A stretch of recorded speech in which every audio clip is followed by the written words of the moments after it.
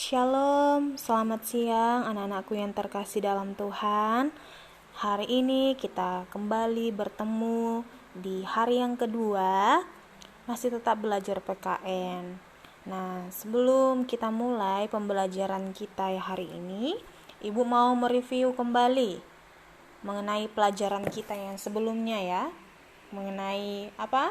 Semboyan Bhinneka Tunggal Ika, di mana negara Indonesia terdapat berbagai-bagai macam suku budaya, etnis, ras, agama. Nah, ini semua disebut sebagai multikultural. Nah, hari ini kita masuk dalam materi kita ancaman dan tantangan integrasi nasional. Yang pertama yaitu gerakan separatisme. Apa itu gerakan separatisme? Yaitu gerakan untuk mendapatkan kedaulatan. Kedaulatan ini artinya kekuasaan ya. Dan memisahkan suatu wilayah atau kelompok manusia yang ingin membentuk negara baru.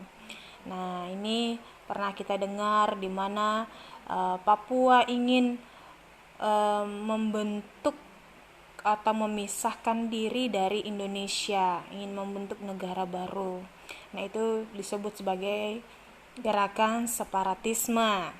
Yang kedua ada spionage. Apa itu? Yaitu memata-matai untuk mengumpulkan informasi yang dianggap rahasia tanpa mendapatkan izin dari pemilik sah informasi.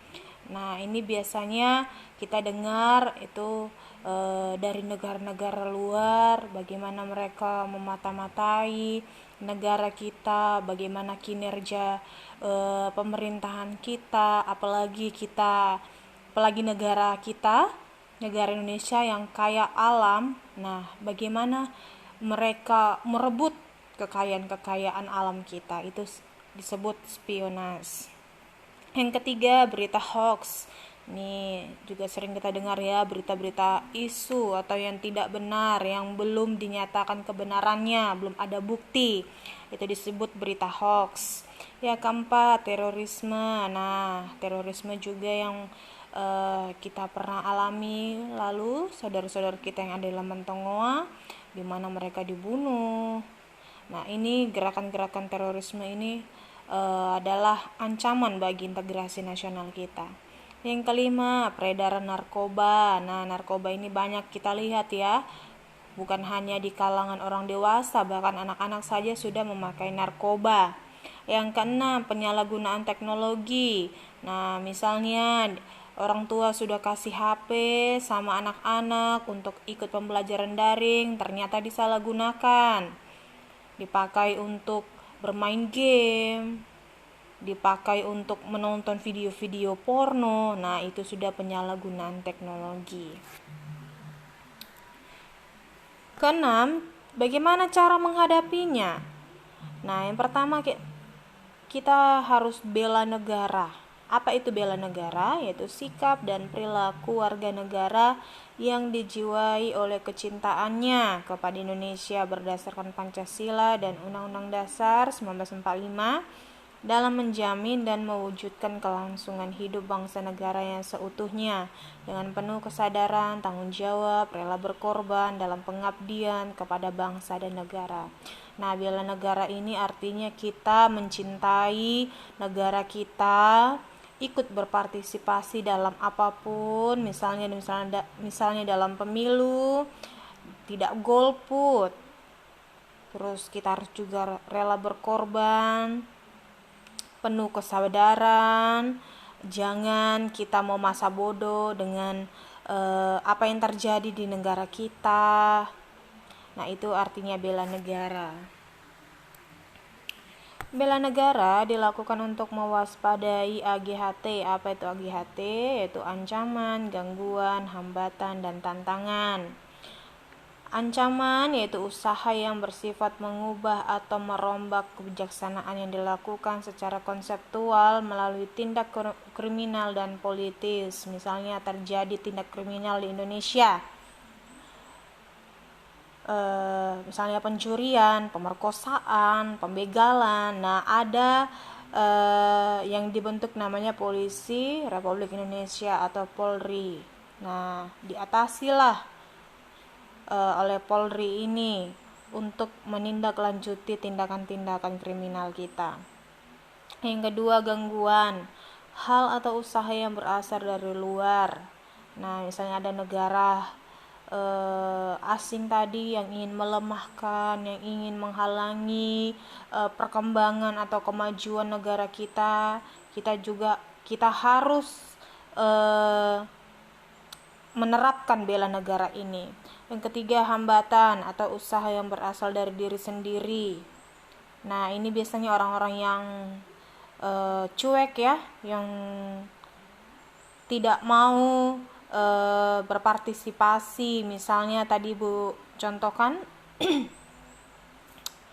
misalnya dalam pemilu, kalian belum ya, kalian pasti belum ikut dalam pemilu ya. Nanti kalau sudah 17 tahun baru bisa ikut pemilu. Nah, hambatannya kalian tidak mau ikut memilih negara kita, itu termasuk hambatan dari diri sendiri. Yang keempat, tantangan hal atau usaha yang bertujuan menggugah kemampuan. Dasar hukum bela negara ada 4. Pertama, Undang-Undang Dasar NRI tahun 1945. Yang kedua, TAP MPR nomor 6 tahun 2000 tentang pemisahan TNI dan Polri. Yang ketiga, TAP MPR nomor 7 tahun 2000 tentang peranan TNI dan Polri. Dan yang terakhir, Undang-Undang nomor 3 tahun 2002 tentang pertahanan negara. Nah, bela negara ini tidak semata-mata ada begitu saja, tetapi ada dasar hukumnya. Jadi, hal-hal yang terkait tentang kebelanegaraan kita ini sudah didasarkan oleh hukum. Adapun unsur-unsur bela negara, yang pertama cinta tanah air. Yang kedua, kesadaran berbangsa, bernegara. Ketiga, yakin akan Pancasila sebagai ideologi negara. Nah, kamu harus yakin ya Pancasila itu ideologi negara kita. Jangan kamu sudah warga negara Indonesia, ternyata kamu belum yakin bahwasannya dasar negara kita, ideologi negara kita itu Pancasila. Jangan beranggapan negara kita itu negara komunis atau ateis. Nah, tapi ideologi negara kita itu Pancasila. Yang keempat, rela berkorban untuk bangsa dan negara. Yang kelima, memiliki kemampuan awal bela negara ini. Yang kelima ini, dari kelima ini adalah unsur bela negara. Bagaimana caranya kita untuk membela negara kita? Nah, perlu adanya pendidikan kewarganegaraan. Nah, yang sekarang kamu tempuh ini yaitu pendidikan kewarganegaraan. Yang kedua, pelatihan dasar kemiliteran. Ketiga, pengabdian sebagai TNI. Yang keempat, pengabdian sesuai keahlian dan profesi. Yang kemiliteran, TNI, keahlian dan profesi itu belum ya. Kamu karena masih dalam dunia pendidikan SMK, SMA, kamu masih ditempuh melalui pendidikan kewarganegaraan. Nah, ini ada tugas, ini ada cerita, kamu baca dulu ceritanya ini, setelah itu jawab pertanyaan. Ada 5, yang pertama, bagaimana pendapat kalian tentang program bela negara? Yang kedua, apa yang akan dilakukan jika kalian termasuk dalam program bela negara? Yang ketiga, setujukah kalian dengan program pemerintahan tersebut? Yang keempat, apakah kesediaan untuk mengikuti program bela negara ini menunjukkan sikap cinta tanah air? Sebutkan alasannya. Dan yang kelima, bagaimana mempertahankan jiwa dan semangat bela negara? Nah, kerjakan tugas kedua ini dan kirim di link pengumpulan tugas yang kemarin. Jangan lupa tulis namanya dan tulis tugas kedua. Oke? Ya, sekian pembelajaran kita siang hari ini. Sampai bertemu esok hari. Tuhan Yesus memberkati.